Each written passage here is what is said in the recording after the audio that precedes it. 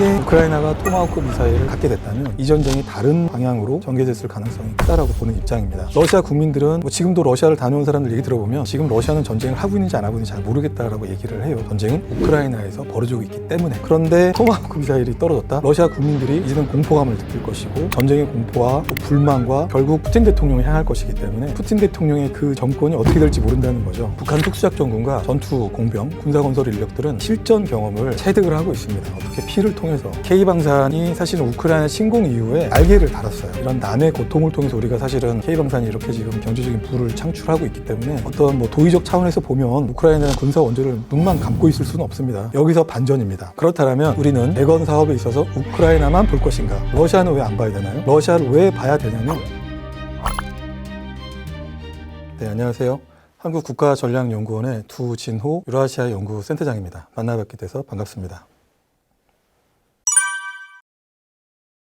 이제 내년 2월이면 이 전쟁이 4년째가 됩니다. 트럼프 2기 출범 이후 이 전쟁을 어쨌든 24시간 이내에 끝내기 위해서 엄청나게 노력을 하고 있는데 그만큼 전쟁을 시작하기는 쉽지만 끝내기는 어렵고 특히나 이 전쟁이 지금 강대국 러시아가 끌고 가고 치르고 있는 전쟁이기 때문에 역시 더더욱 전쟁을 끝내기는 어려워 보입니다. 트럼프 대통령의 외교적 중재를 통해서 뭔가 출구 전략이 보일 것 같았지만 그래서 미러 알래스카 정상회담도 8월 달에 있었고요. 후속 정상회담이 사실은 지난 10월 달에 헝가리 수도인 부다페스트에서 개최될 걸로 예상이 됐지만 역시 러시아가 워낙 강경하게 버티고 있다 보니까 이제 미국의 외교적 중재 노력도 한계에 좀 직면한 상황이 아닌가 이렇게 생각을 하고요. 그렇다 보니까 미국도 그간에는 당근책을 많이 썼다면 지금은 채찍을 꺼내든 모습이 아닌가 싶어요. 그래서 러시아의 굉장히 그 규모 있는 이 정유회사죠. 루코일하고 그다음에 로스네프츠라고 하는 대형 정유회사를 상대로 미국의 제재가 시작이 되었습니다. 제재가 시작됐다는 의미는 러시아에서 국부를 창출하고 러시아의 경제적 이익을 지금 담당을 하고 있는 원유와 가스의 상당 부분을 담당하고 있는 그것을 지금 건드렸기 때문에 푸틴 대통령 입장에서 그냥 기분이 좋지 않을 것이고 그런 과정에서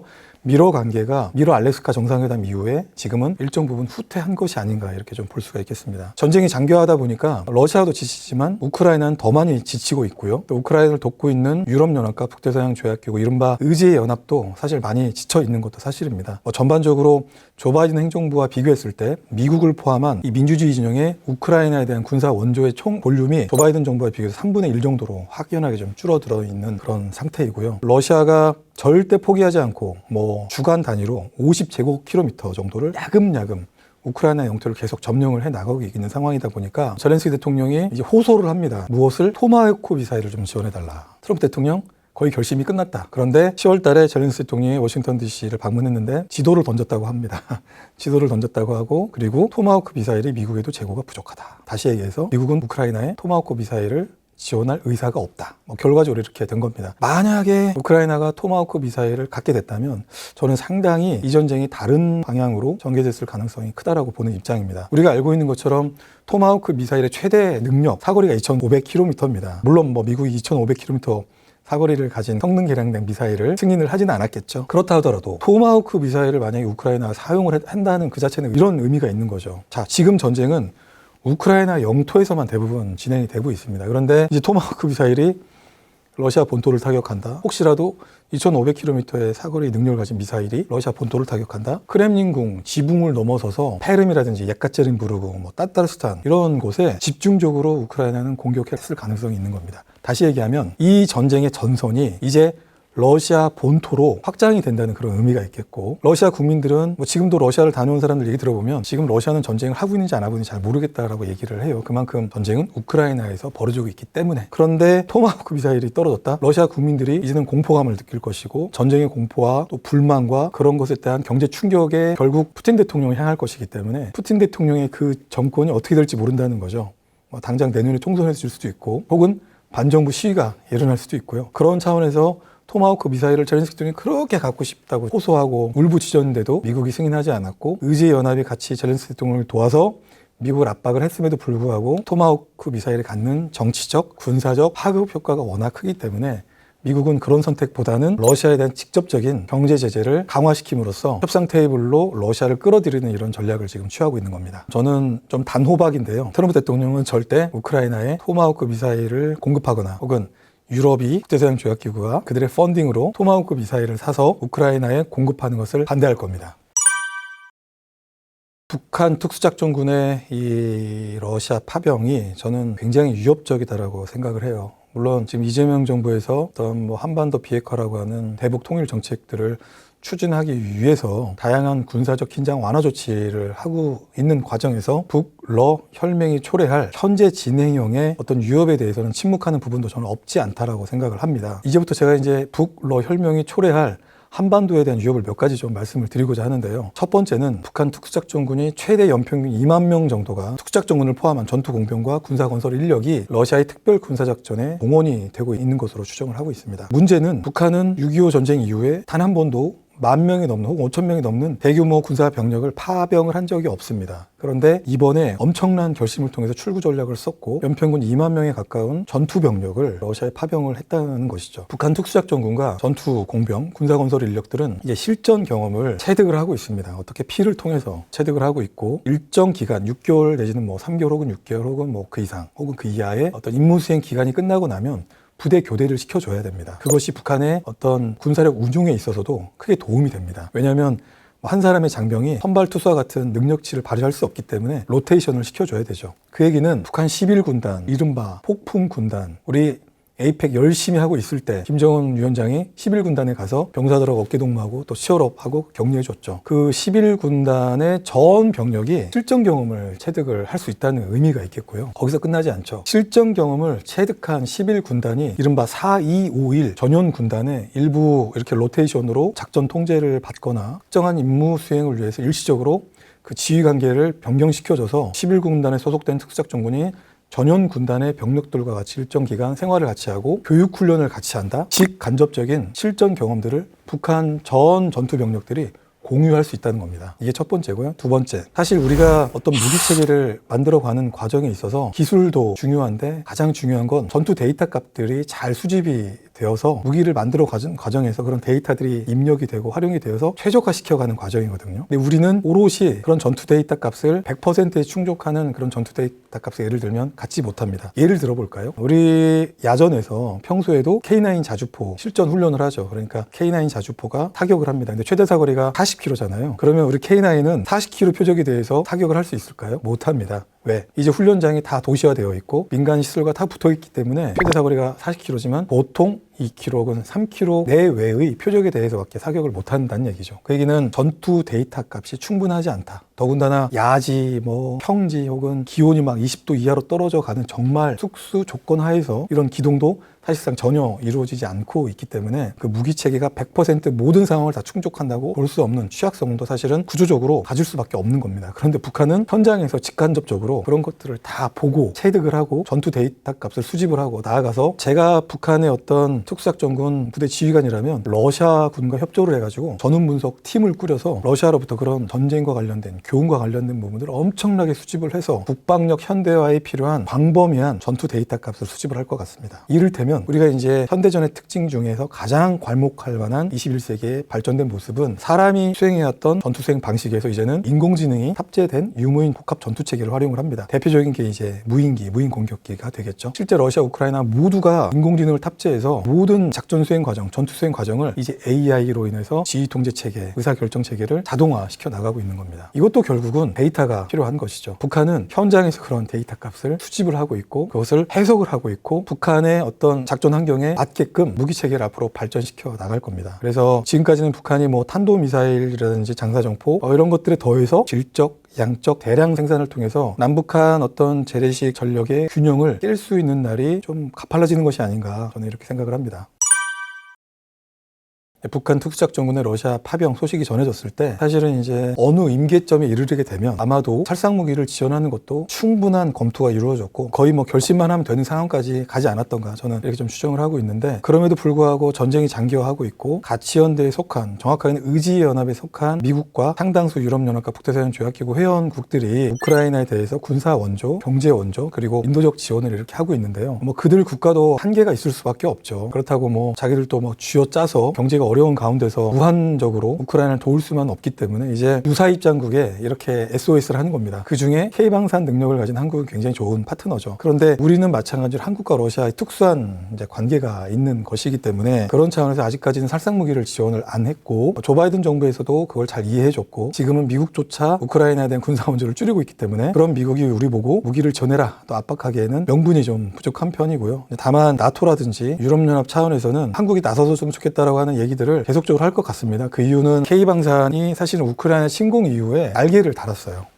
이런 남의 고통을 통해서 우리가 사실은 K방산이 이렇게 지금 경제적인 부를 창출하고 있기 때문에 어떤 뭐 도의적 차원에서 보면 우크라이나에 대한 군사 원조를 눈만 감고 있을 수는 없습니다. 그럼에도 불구하고 앞서 말씀드렸던 여러 가지 한반도를 둘러싼 정치, 외교적인, 경제적인 환경을 좀 고려한다면 우리는 우크라이나에 대한 경제적 지원 그리고 인도적 지원에 좀 더 집중해야 되는 시기가 아닌가 싶고요. 군사 원조를 해야 될 어떤 시기는 저는 이미 실기했다라고 생각합니다.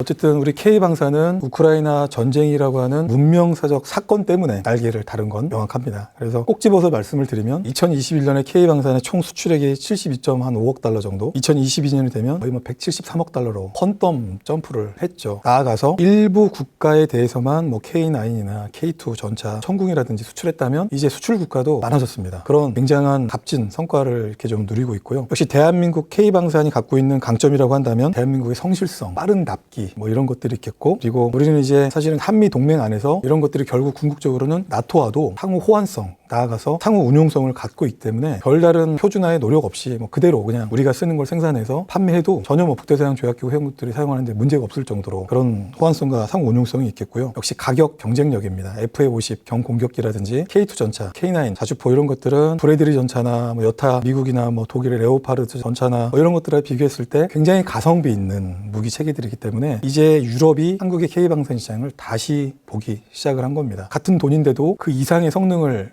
내주는 무기를 만들어주고 한 5년 걸릴 거 1년 만에 해주고 심지어 그런 공장들을 현지에 또 만들어줘서 일자리를 창출해주고 나아가서 기술 라이센스라든지 이런 것들을 보장해주고 후속 군수 지원까지 해준다는데 세상에 이런 국가가 어디 있어요? 다만 K방산이 이와 같은 꼭 기회 요인이 있는 건 아닙니다. 너무 잘 나가니까 역시 견제 세력, 경쟁 세력들이 또 시기 질투할 수밖에 없죠. 대표적으로 한미 동맹이지만 미국의 주요한 방산 기업들도 우리들의 경쟁 상대가 될 수밖에 없는 것이고요. 또 두 번째는 이제 올해 유럽에서 유럽 재무장 계획을 발표를 했습니다. 다행스러운 건 천문학적인 예산을 돈을 푼다라는 부분이 있겠고 앞으로 5년간 좀 불편한 부분은 2035년까지 최대한 60에서 70%까지 바이 유로피안 그러니까 방산 무기 체계들을 미국이나 제3국 한국을 포함한 나라에서 사오지 않고 유럽 국가들의 방산 어떤 이런 기업들이 생산하는 무기로 유럽 전체의 무기 체계 60% 그 이상으로 끌어올리겠다라고 하는 부분인데요. 이렇게 구조화를 시켜놓으면 대한민국 K방산의 진입 장벽이 높아지기 때문에 지금처럼 폴란드라든지 루마니아라든지 노르웨이라든지 이런 전통적 유럽의 K방산 이 시장들에 대한 진입 장벽이 높아질 수 있기 때문에 그것을 대체할 수 있는 새로운 수출망을 다변화시켜야 된다는 우리들의 좀 그런 어떤 과제가 있는 부분이 있겠고요. 우리 안에 또 수출 규제가 심해요. 국회에서의 어떤 그런 반기업적이라고 해야 되나요? 그런 심사라든지 전략물자 수출에 대한 부분들 통제하는 법들이 너무 촘촘하고 기업을 도와주기보다 규제를 위한 규제 이런 부분들이 적지 않기 때문에 정광석과처럼 빠르게 움직이고 있는 이 방산 시장에서 우리가 대응하기 위해서는 기민하게 움직이는 기업들을 국회가 스마트한 입법을 통해서 지원해야 되는 부분이 있겠다 이렇게 생각을 합니다.